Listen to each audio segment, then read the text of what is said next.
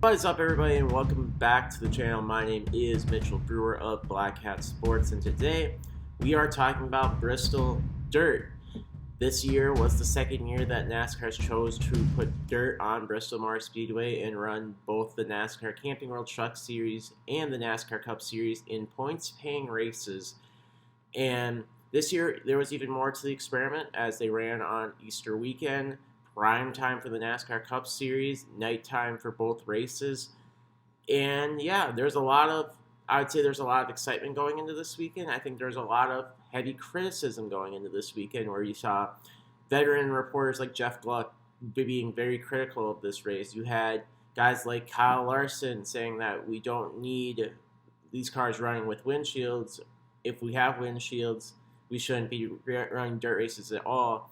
In fact, I would rather not run Bristol with dirt. I would rather run it just regular. And you had Kyle Busch referencing Richard Petty's comments saying, hey, this is a step backwards for the Cup Series. We don't need to be on dirt. So it was a lot going into this weekend, and I would say it's a very experimental weekend. I don't know if this is going to be something that continues for the rest of the time. I don't know if this is a one-off, but it proved to be a very anticipated weekend. And looking at it after the fact, having a night to digest the NASCAR Cup Series race, I think there is some things to be critical of. Let's get that out of the way first.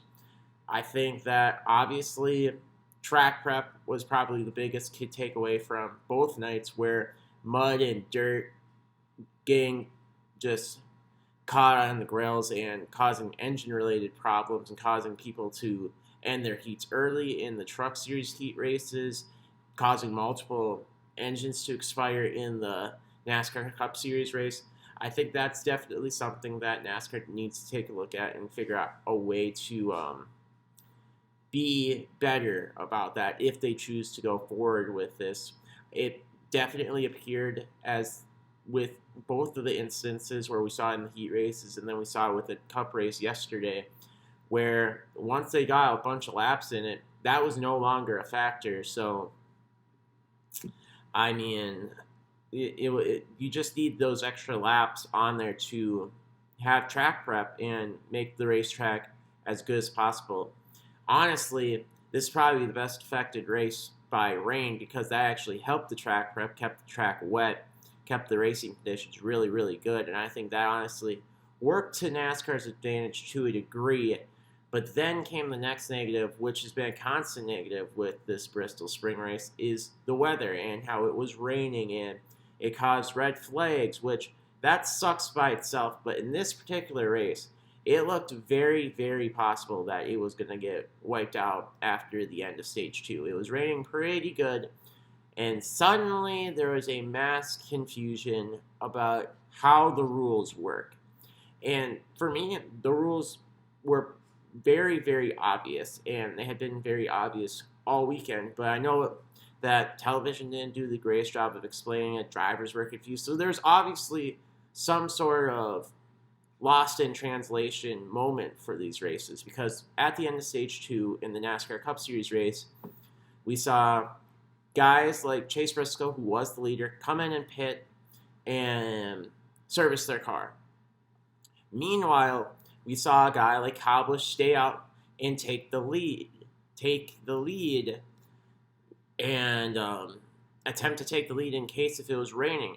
However, as the rule states, the field is frozen from the end of the stage until that next stage goes green.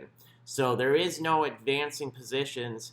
Nobody technically advances a position until the green flag waves for the next stage, which the next stage, if the race would have gotten canceled, never would have started, meaning that Kyle Busch wasn't going to win the race. It would have been Chase Briscoe that won the race. And to me, it was very obvious. I think they had mentioned it during the weekend a couple of times. That's why I was like, oh yeah, that makes sense.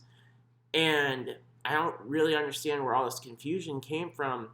And I think this obviously speaks to maybe there needs to be a little bit louder communication, because once the rule was explained by NASCAR officials, everybody on Twitter was like, yeah, that makes sense. I just wish TV understood that and could explain that properly. And I wish the drivers knew that.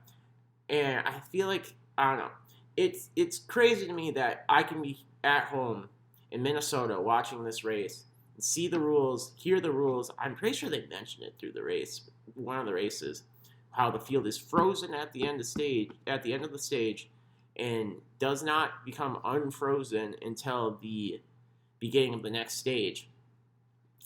I wish it was just I wish we just didn't have the confusion because it was really dumb.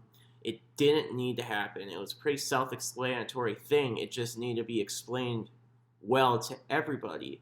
And it wasn't, and it caused us mass confusion, and it really honestly forced NASCAR into a situation where, like, thank goodness the rain let up, because, like, they would have been at a pickle if they had to call that race right there, because you had Kyle Busch waiting outside the Hollert, he thinking he has won the race when he has not. Chase Briscoe, who was actually going to win the race if the race was called. And yeah, I think that confusion right there was just something that didn't need to happen. All that said, though, and I know this is going to be a controversial opinion, the racing this weekend was very, very good. You take away the track prep problems that were only problems for a couple laps. You take away the confusion under red flag, and you focus strictly on the on-track performance outside of the beginning track prep problems. Once that all got situated, it was great. I don't understand how people are still complaining about this race. I get you want just regular Bristol, but I think you can want regular Bristol and admit that this was still a pretty good race. We saw regular Martinsville last week be one of the worst races we've seen in a long time. This was not one of the worst races we've ever seen. This was the Truck Series, I think, ran their best race of the year, and that might be a controversial take. And I really don't think that's even really saying that much, because the Camping World Truck Series has been such an aggressive series where it's almost too much aggressiveness, and there's just overbloated with cautions and wrecks and aggressive driving, where it just becomes kind of a joke at some points. And this race was actually not that bad. Yeah, this was actually one of the better NASCAR Camping World Truck Series races of the year. It wasn't overly aggressive. It wasn't riddled with too many cautions, and the racing was pretty good. We saw a great battle there at the end with Ben Rhodes coming up and taking that win away and doing just one heck of a job. And that was a really, really good race. And then you go to last night's NASCAR Cup Series race. That was a really solid race all the way through. I don't think those... I'm not going to sit here and say it's been one of the best races of the season, because we've had a lot of really good races this season. But this was better than Martinsville for sure. This was better than Richmond for sure. I would say it was a good race. There's nothing about it that I would say, oh, this was boring. This was not entertaining. This was good, hard racing. And you even had a great finish to go along with it, with Tyler Reddick leading on the last lap, Chase Briscoe doing everything he can to go and get Tyler Reddick and making contact, and they both spin out, and Kyle Busch comes and steals the win. And I know that's going to soil the race because it's Kyle Busch and yada, yada, yada. But man, what an epic finish to a very, very good race. And to me, that solidifies the fact that this race is perfectly fine on the schedule. And I know people are going to hate that I said that, but it is. And to be fair, all this race needed to be was not bad for it to do that, in my opinion. Because, now let me explain. The spring Bristol race did not receive the fanfare that the fall Bristol race received in previous years. And you could blame that on marketing, you could blame that on hotels gouging hotel room prices that weekend. You could blame it on the weather, you could blame it on whatever. But that spring Bristol race had a severe decline in fans, and it just seemed like it just wasn't anywhere near the magnitude of the Bristol fall race. And I wouldn't say it was even one of the most talked about races of the season. This has been, without a doubt, the most talked about race of the season, outside of maybe the Clash. And I would even argue that it's right up there with it. I think there was a little bit more marketing towards the Clash because it was something that's never been seen before, and NASCAR really wanted to make sure that was a success, which it was. And I think that this race right here, the Bristol Dirt Race, I think that was a success too because it was a good race. You had all this fanfare, one of the most anticipated, whether you were looking forward to the race, whether you hated this race. It was one of the most anticipated races of the season. Everybody was talking about it.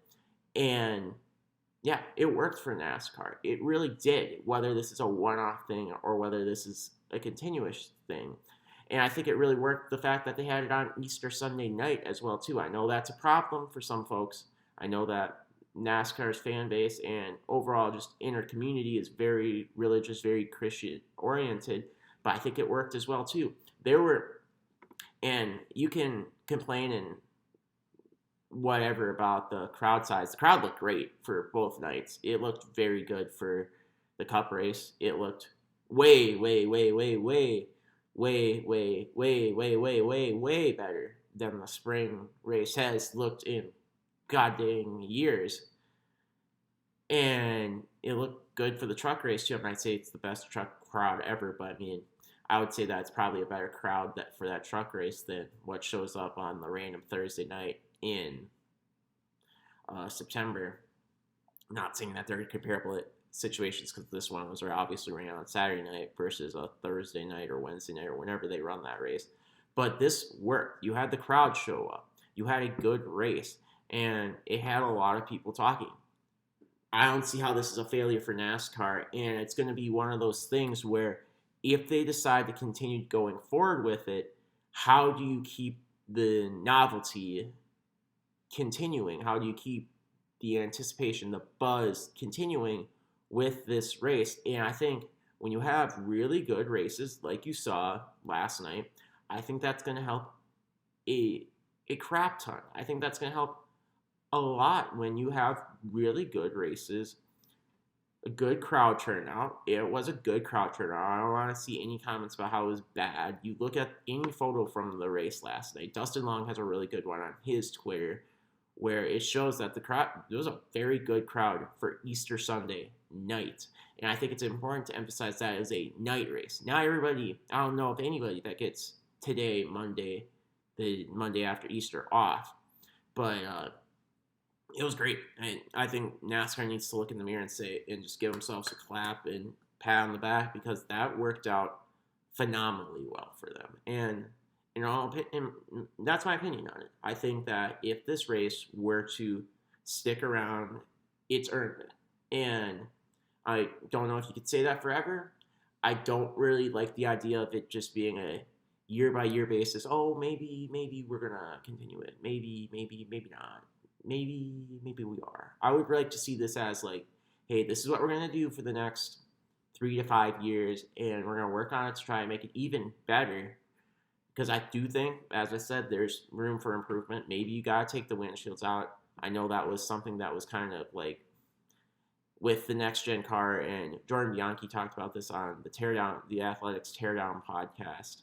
He talked about it really well where NASCAR was focused on the next gen car, and having all these specifications for just one race was maybe something a little out of NASCAR's reasonable control for this season. But now that you have the next gen car situated and now that you have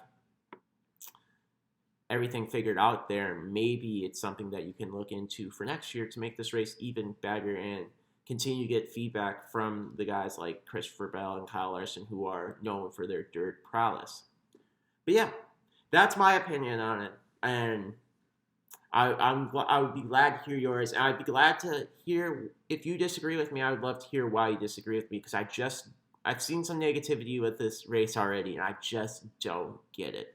I get that people want just regular Bristol, and that's fine. But I think if you remove those feelings of just wanting regular Bristol, and you just take into account that just this race by itself, Bristol Dirt, I think you look at it and it's a good race. I don't see how it was a bad race besides the confusion, besides the track prep, which were really minor things in the grand scheme of things. And I think it was a good race. Feel free to comment down below your opinions on it. And as always, I've been Mitchell Brewer of Black Hat Sports, and I hope you have a great rest of your week.